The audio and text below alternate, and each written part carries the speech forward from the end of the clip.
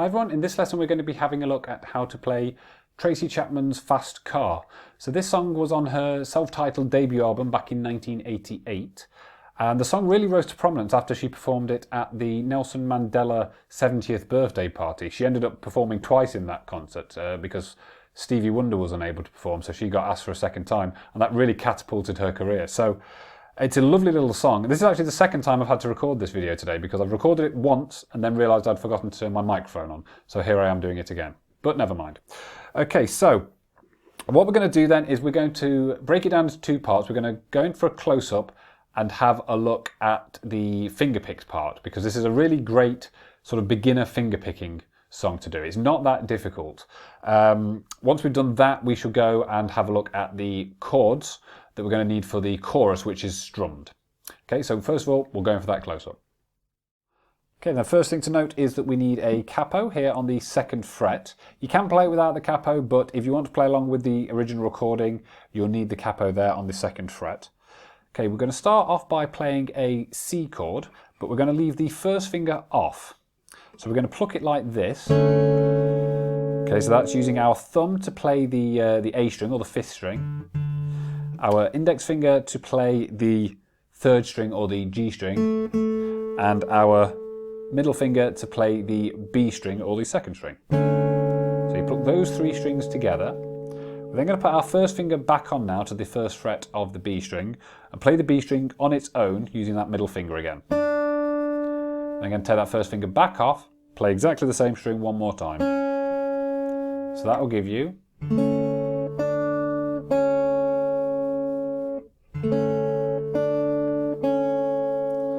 okay, we're now going to go into a G chord, and the way I'm doing this G chord is to use my 2nd finger to play the 3rd fret of the low E string or the 6th string, and I've got my 3rd finger down on the 3rd fret of the 2nd string or the B string.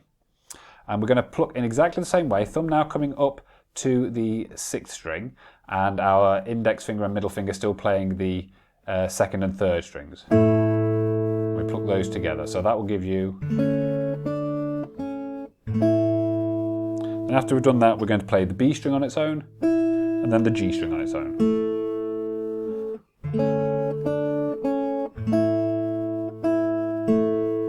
Okay, and the timing for that is 1 and 2 and 3 and 4. Notice there that I'm not playing anything on beat 3, I'm just letting the notes ring over. 1 and 2 and 3 and 4.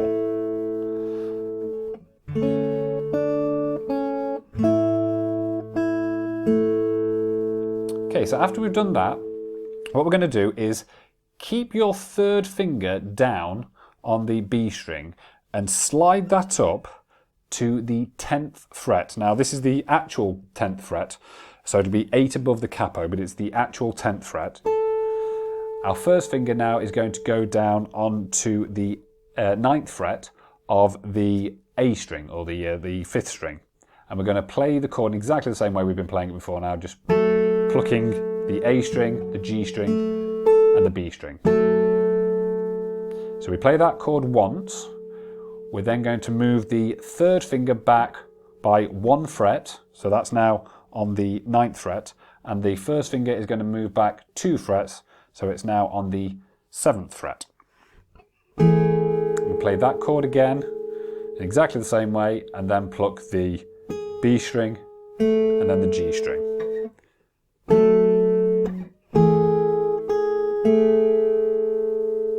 Okay, and the timing for that then is 1, 2 and 3 and 4. So here we're not playing anything on beats 2 or 3, again we're just letting the chord ring over. 1, 2 and 3 and 4. Okay, so putting all that together then gives you this. 1 and 2 and 3 and 4. 1, 2 and 3 and 4. 1 and 2 and 3 and 4. 1, 2 and 3 and 4. Okay, and that's really all there is to it. There is a variation, however, and that sounds like this.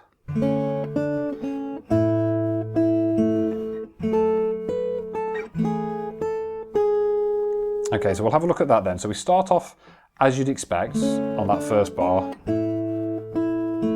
It's when we move up here to this chord. This chord, by the way, is an E minor chord, or is part of an E minor chord. And what we're going to do is we're going to reach up to the 12th fret, so the actual 12th fret, 10 frets above the capo, on the B string, and we're going to just pluck that string once, and then take the finger off, and then pluck the string again.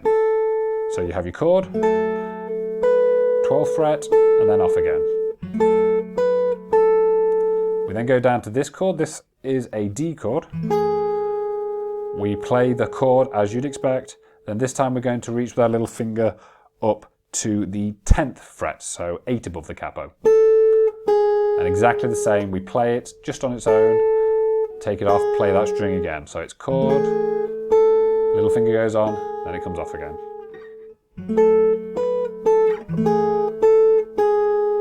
Okay, so that'll sound like this.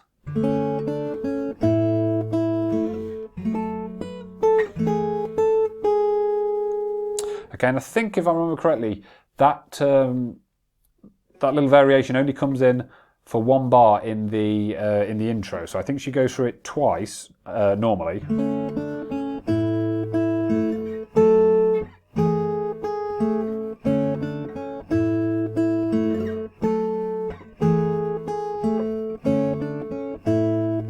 And then does the variations before returning to normal.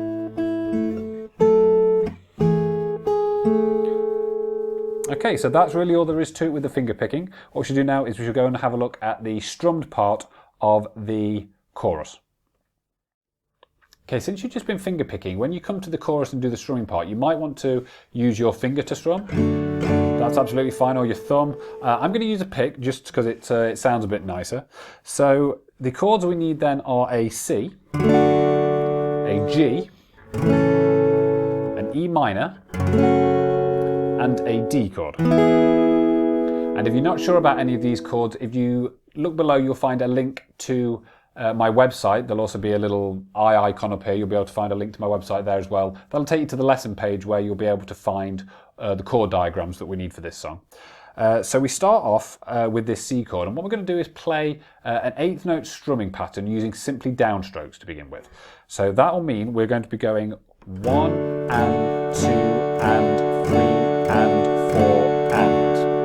Okay, so that's 8 down strums per bar. So we have one bar then of C. So 1 and 2 and 3 and 4 and. We're then going to change to a G and do one bar of that. So that's 1 and 2 and 3 and 4 and. We're then going to go to an E minor and do one bar. 1 and 2 and 3 and 4 and then to a D chord for one bar.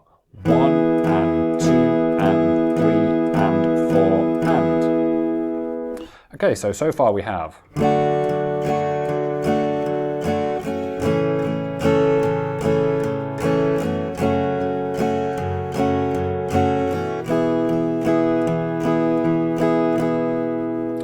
Okay, then the next part then starts with a C chord. And we're going to do this for 3 strums, so 1 and 2. We're then going to change to the E minor chord, and we're going to do 5 strums, so and 3 and 4 and. So what we're doing there is something called a push, where we're pushing the second chord from where you'd expect it to be. You'd expect the change to be on beat 3, and we're pushing it back by half a beat. So we have 1 and 2 and 3 and 4 and. Do that one more time. 1 and 2 and 3 and 4 and. Okay, then after that we do a D chord. 1 and 2 and 3 and 4 and. So that D chord there for a full bar.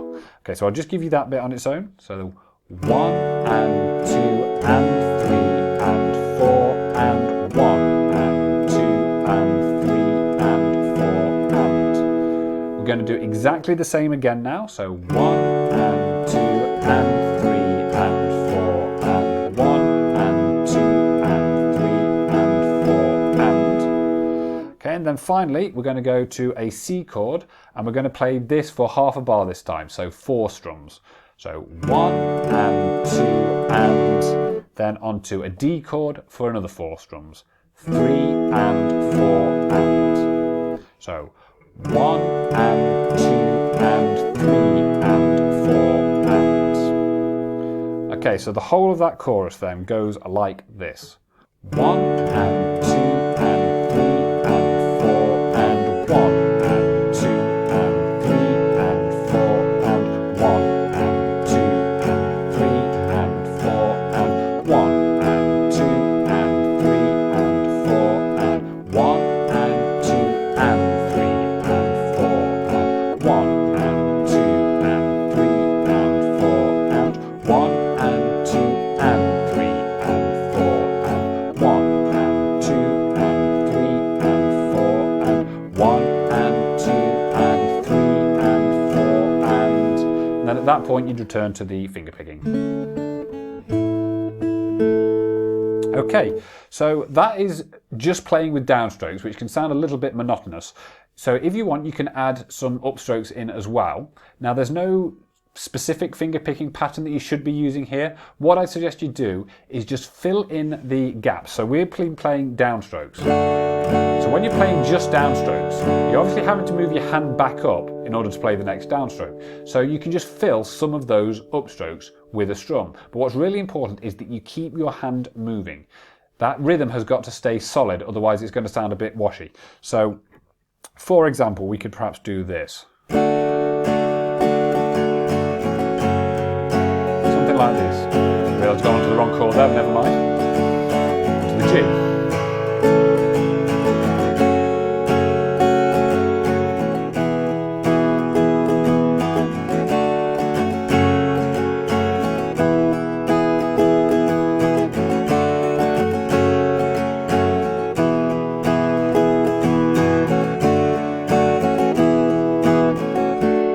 Okay, so all I'm doing there is I'm just filling in some of the upstrokes, some of the gaps, with upstrokes, occasionally missing out one of the downstrokes. It doesn't really matter, just play whatever feels right to you. The important thing is to keep this hand moving constantly. Okay, so that's it for this lesson. I hope you enjoyed it and found it useful, and if you did, please like and subscribe, and I will see you next time.